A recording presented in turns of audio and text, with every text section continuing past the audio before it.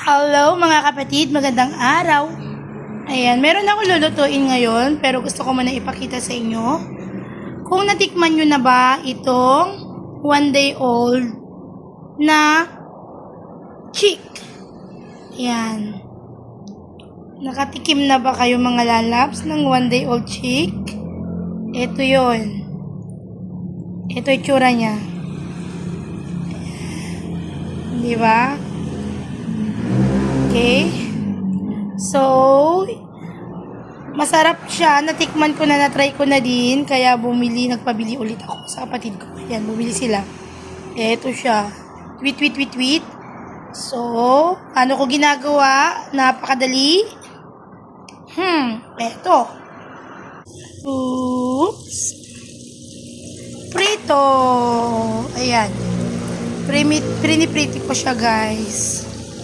Ayan. Hard. Medyo hard mo yung yung fire niya para mas madali siyang ma-fry. Ayan. Deep fry lang.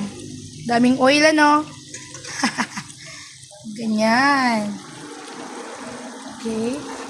Nanananan. So, eto na yung naprito. Ayan. Deep. Kuha tayo isa. Deep fried sa oil. Ayan. Try natin.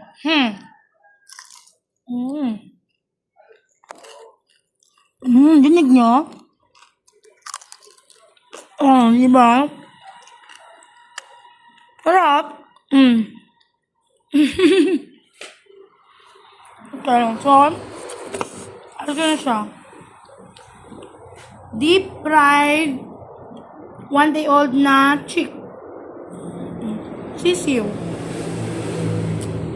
Sarap. Ito.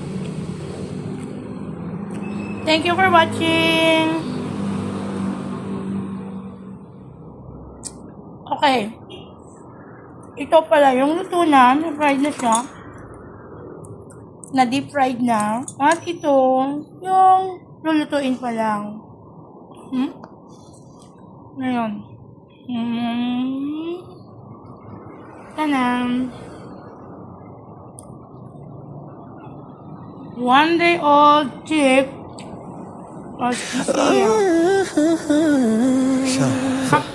From the kitchen to the store we go, sharing tips